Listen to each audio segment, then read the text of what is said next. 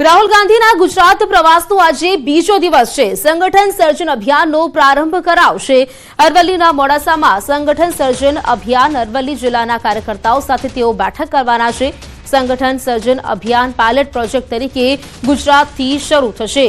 ગુજરાત બાદ અન્ય રાજ્યમાં અમલ કરવામાં આવશે। આ અભિયાનનો 2027 ચૂંટણી પહેલા સંગઠન મજબૂત કરવા કોંગ્રેસની આ કવાયત છે।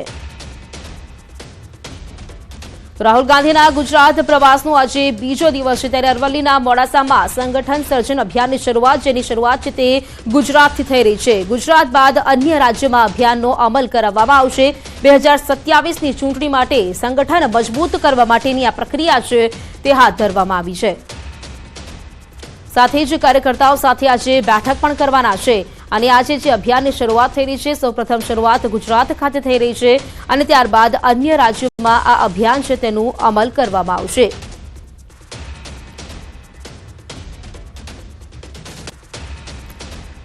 તો રાહુલ ગાંધીના ગુજરાત પ્રવાસનો આજે બીજો દિવસ છે। આ દરમિયાન રાહુલ ગાંધીએ પાર્ટી વિરુદ્ધ કામ કરનારાને ફરી ટકોર કરી છે।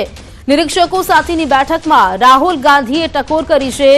તેઓએ કહ્યું છે કે કોંગ્રેસ પ્રમુખ શોધવાના છે, સાથે ભાજપની બી ટીમ પણ શોધી લાવો। ભાજપની બી ટીમ તરીકે કામ કરનારાની યાદી તૈયાર કરો। ન્યૂઝ 18 ગુજરાતી પાસે આ એક્સક્લુઝિવ માહિતી છે।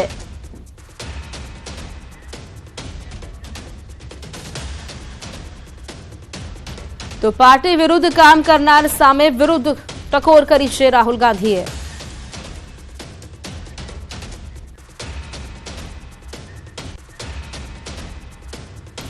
વાત કરીએ રાહુલ ગાંધીના ગુજરાત પ્રવાસનો આજે બીજો દિવસ છે, ત્યારે સંગઠન સર્જન અભિયાનનો આજે તેઓ પ્રારંભ કરાવવાના છે। આજે અભિયાનનો પ્રારંભ થશે, અરવલ્લીના મોડાસામાં પ્રારંભ થશે। આ પ્રોજેક્ટની શરૂઆત ગુજરાતના અરવલ્લી જિલ્લાથી આજે થવા જઈ રહી છે। આજે રાહુલજી ખુદ જાતે આવીને કાર્યકરો સાથે સંવાદ કરશે। ઓલ ઇન્ડિયા કોંગ્રેસ કમિટીના સંગઠન મહાસચિવ કેસી વેણુગોપાલજી પણ હાજર રહેશે અને સંગઠન પ્રભારી મુકુલ વાસનિક, શક્તિસિંહજી ગોયલને બધાની ઉપસ્થિતિમાં કાર્યકરો સાથે સંવાદ થશે। આવતા દિવસોની અંદર એઆઈસીસીને પ્રદેશના જે નિરીક્ષકો છે, આ જિલ્લાના નાનામાં નાના કાર્યકર, બધા જ આગેવાનો, ચૂંટાયેલા પ્રતિનિધિઓ, સામાજિક સંગઠનોને બધાનો અભિપ્રાય લઈ અને આવનારા સમય માટે આ જિલ્લાના સંગઠનની ધુરા કોને સોંપવી એ નક્કી। આ વિશે વધુ જાણકારી મેળવીશું। અમારા સંવાદદાતા પ્રણવ પટેલ અમારી સાથે જોડાઈ ગયા છે, તેમની પાસેથી વધુ જાણકારી આ વિશે મેળવીશું। પ્રણવ, વાત કરીએ રાહુલ ગાંધીના ગુજરાત પ્રવાસનો આજે બીજો દિવસ છે, આજના દિવસના કયા કયા કાર્યક્રમો છે, જાણકારી શું આ માટે?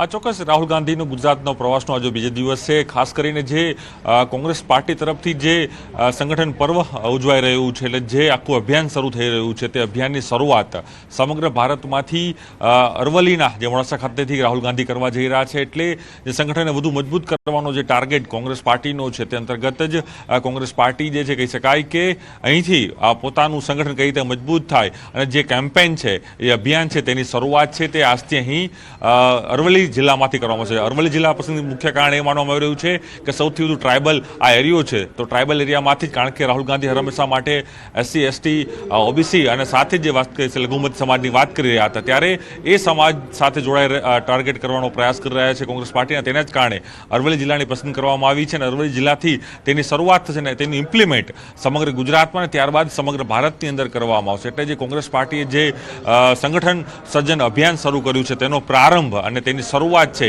આજે અહીંથી અરવલ્લી જિલ્લામાંથી કરવામાં આવશે। અને ખાસ કરીને આજનો જે મુખ્ય કાર્યક્રમ એ રહેવાનો છે કે અરવલ્લી જિલ્લાના જે હોદ્દેદારો છે, જે તાલુકા કક્ષાના જે કાર્યકર્તાઓ છે, બૂથ લેવલના જે કાર્યકર્તાઓ છે, તેની સાથે રાહુલ ગાંધી સંવાદ કરવાના છે।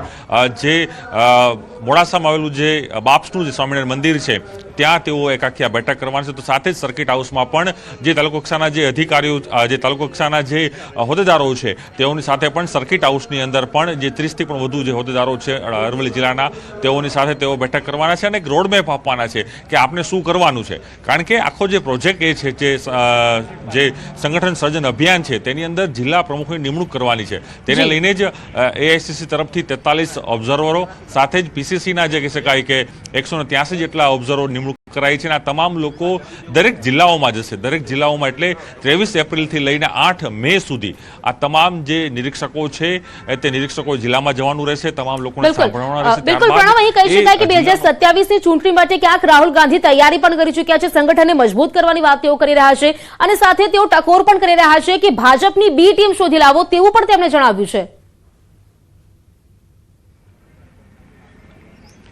આ ચોક્કસ ટ્યુશન પાસે જે માહિતી મળી છે કે ગઈકાલે જે બેઠક મળી હતી એએસીસીના જે ઓબ્ઝર્વર હતા, પીસીસીના ઓબ્ઝર્વર હતા, તેની અંદર ચોક્કસપણે રાહુલ ગાંધીએ સ્પષ્ટ ટકોર કરી હતી તમામ નિરીક્ષકોને કે ભલે આપ જિલ્લા પ્રમુખ તો ગોતી રહ્યા છો, જિલ્લા પ્રમુખો તો શોધી રહ્યા છો, પરંતુ સાથે જ ભારતીય જનતા પાર્ટીની બી ટીમ તરીકે જે લોકો કામ કરી રહ્યા છે, જે નેતાઓ તમારા વિસ્તારમાં છે, તમારા જિલ્લાઓમાં છે, તેનું પણ લિસ્ટ બનાવવામાં આવે અને એ લિસ્ટ છે એ દિલ્હી હાઈકમાન્ડને આપવામાં, જેથી તેને બહારનો રસ્તો બતાવી શકાય.